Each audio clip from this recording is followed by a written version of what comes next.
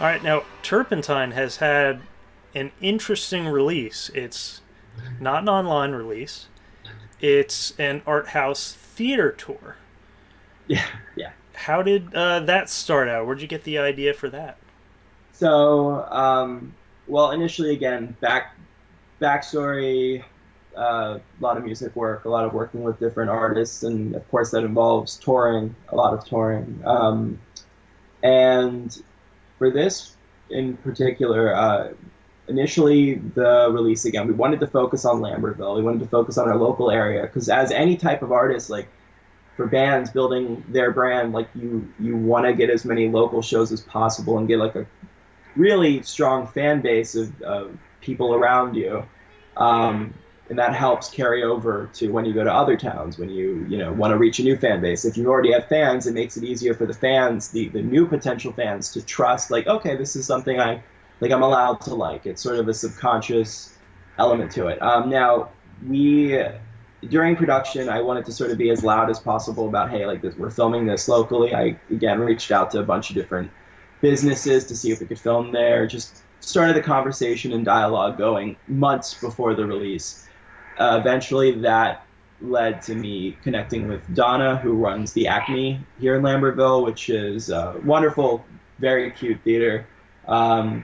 We ended up having an incredible sold-out premiere, but that came from months of sort of building up to that. Like we started that dialogue before the film was over, before anything had really even come to full fruition. But after we had that premiere, I had already been reaching out to other indie theaters in different pockets. There was one in Princeton. Unfortunately, right now the theater tour is on hold because of coronavirus, but we're going to be picking that right back up after everything, whenever that is, smart to do. But we had it set for Princeton, Philly, and a couple in New York, and it was sort of again just a process of reaching out as much prior as possible, building the steam behind the film, and part of that was so there was the whole plan and the whole what we wanted to do with our film. Initially, we were creating it to release on Alter, which is an incredible short horror channel. There's a lot of different platforms similar to this, where they premiere indie short films or just short films in general. Has a really solid foundation. They have a huge fan base, so it's a really good way to get eyes in front of your work. So we're creating this film to actually pitch to Alter, and we're in their queue right now. It's like a 3-month waiting list queue thing. But we have a couple backups always. So anyway, we did that, but in order to build up even more steam on that, I went onto their channel, did a bunch of research on other directors that had released with them, and there was this wonderful short film entitled Teeth. It's a short animated film, and actually the guy who narrated it just won an Oscar last year. I'm blanking on his name. Shoot. But it was an incredible animated short film. I reached out to the creator of it, Tom, and I asked if we could use his film on our potential tour. And we wanted to incorporate, a couple other local directors who had that local fan base sort of behind them as well, which is what you do when you're booking a show for an artist as a musician. You grab one band who has fans from here, depending on which city you're in or which area you're in. So I took that concept, did that. We had Springs County Psycho, Christopher Sturm. He's great. He's a young director and wonderful, wonderful guy. So eventually Tom ended up reaching back. He really liked Turpentine. He said he's all for it. So we ran that for the first one, and again, since he was released on Alter, the other idea behind that was like, hey, when I'm able to, give them the sort of press kit behind it, I can say, like, look, we have this tour going with another film that you release, and that definitely started the conversation a bit more positively with them.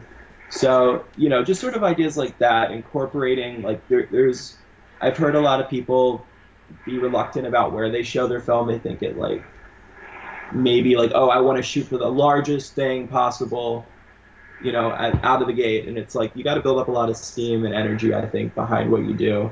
And it's, just reach out to your local theater, even if you can get like a showing with 20 people, like that's good. That's a great thing. So those are 20 more people who will be talking about your work. And that's a And lot more memorable. I mean, not just for you and your cast and crew, but for the people who view your work. They're not going to forget that. Versus, oh yeah, watched 5 minutes of something on YouTube and got bored, or it's just it's so easy to flip to the next thing on YouTube sometimes. So you're able to sit in a theater environment. All your other senses are blacked out. You've got a screen, you've got speakers. They're not going anywhere. They're going to appreciate it and enjoy it a whole lot more. absolutely. Yeah, and it's we also took the time after the showing to really talk with everybody. We did I believe in doing Q&As. It's like a cool way to get them even more, like even if they didn't like the short film, maybe after talking to you personally about it, they'll appreciate it a bit more. Sure. So we took the time to do that, and that's always fun. But it's a learning process for me. This was again the first one that we were doing, and now that we're granted it's on hold for this, but right before the pandemic hit, we were about to start filming a series that we had finished pre-production on, and we're about to head into filming. But I've learned so much from doing this first project and doing it right and not cutting corners. I think there's a lot of ways for to learn something, and it's great to have formal training on as well. But if you really want to soak up a lot of information and knowledge, just research the way to do something. And even if you don't think you can do it exactly the way that is suggested or was wanted of you, like take the time to really go through each individual steps. Like for filming, just take the time to appreciate all of it and then soak it up and then apply it even more so to your next production. So Good advice. Yeah. Now, in our pre-interview, we had kind of chatted about a brand as a filmmaker. yeah, Tell well, me a little more about that. so it's like a level of cohesivity with your work. You want, in my opinion, it's great to be able to be a jack of all trades, and this applies to any creative industry.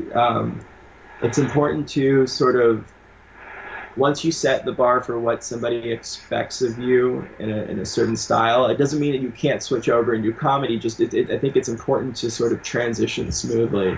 Um, it's there's the way that people view anything creative. It's its own entity. It's not just your own personality. Like as an artist, as a musician, you really you affiliate with certain things. Like it's important to get certain types of press with certain magazines because it makes the brand feel at a certain level. Versus for filming, it's very different, but I think it's important to sort of create this atmosphere around your work that, again, like the viewer knows what to expect going into it. Like sort of like Ari Aster, who's an incredible filmmaker that people either hate his work or love his work. I really love his work. I think it's fantastic. It's kind of renewed my faith in horror films. Yeah, absolutely, 100%. Hereditary was, I loved it. Yeah, that was mind blowing. It was not what I expected. I felt like a detective the whole time watching that movie. Yes, So cool. Very good.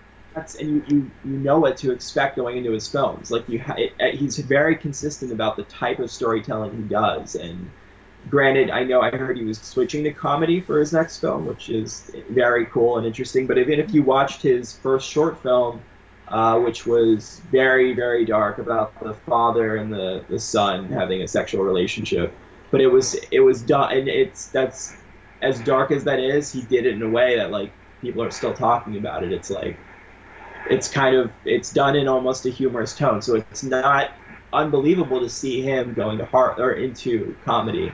And it's sort of just like, I think it's important to keep a narrative not just in one film but going throughout all of your work, where it's a very like and for what I was just saying about taking the time to learn what you're doing, learn your own process, really develop your own process. And I think that will affect the end product every time if you're working in bettering each individual facet that you're focusing on.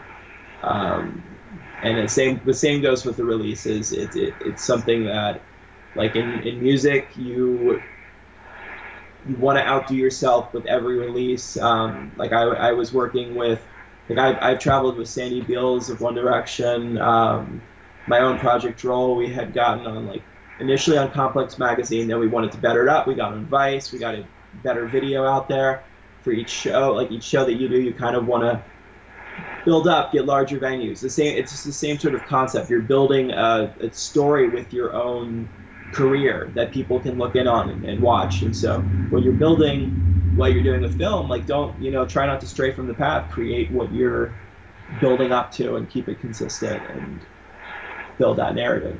Great advice. Build a brand. Don't be afraid to contact your local theater. Elijah St. Amant is a New Jersey now filmmaker. And is there any place we can see your work or previous work? Well, Turpentine, we're working on setting up the actual release for. This is the first creative film work, but if you check out the Instagram, we have Thrift Soul Official, and then we also have my own personal Instagram, which is the only Elijah that matters. Okay, well, there you have it. There'll be links in the description. Thanks again, Elijah, for going indie depth. Thank you, Andrew.